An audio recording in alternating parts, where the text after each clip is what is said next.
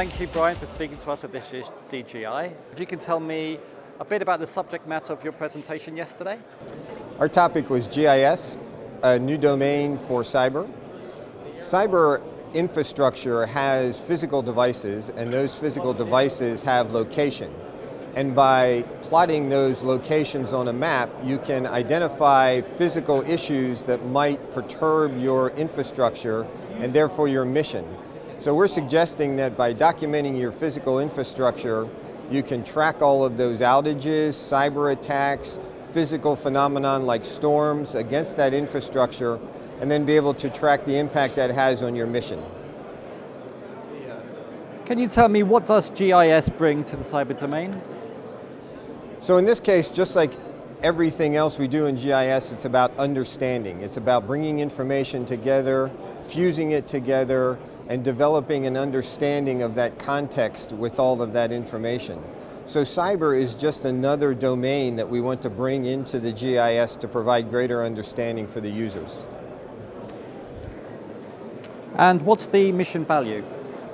In this case, the mission value is understanding the impacts, again, of disruptions to your computer or IT or telecommunications networks. So a cyber attack may very well take down a portion of your network or a series of your devices in your cyber environment. Obviously, that has an impact on the mission you're trying to do.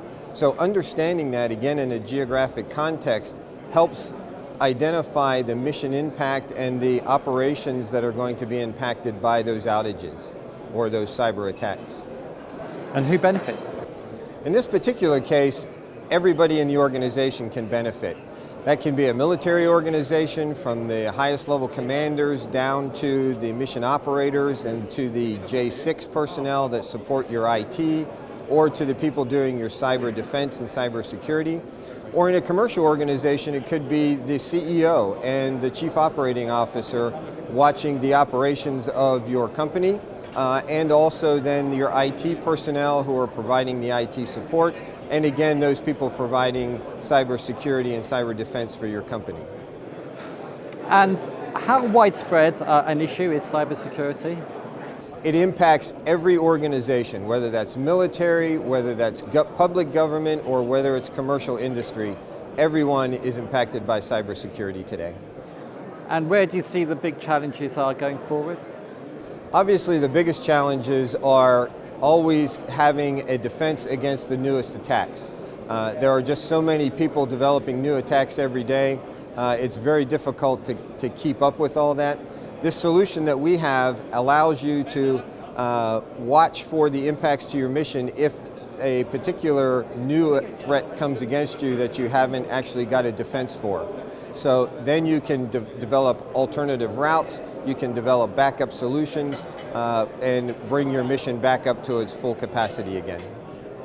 Where are we stage-wise in the GIS community in terms of being prepared for cyber attacks? This is a very new area for GIS and for the geospatial community.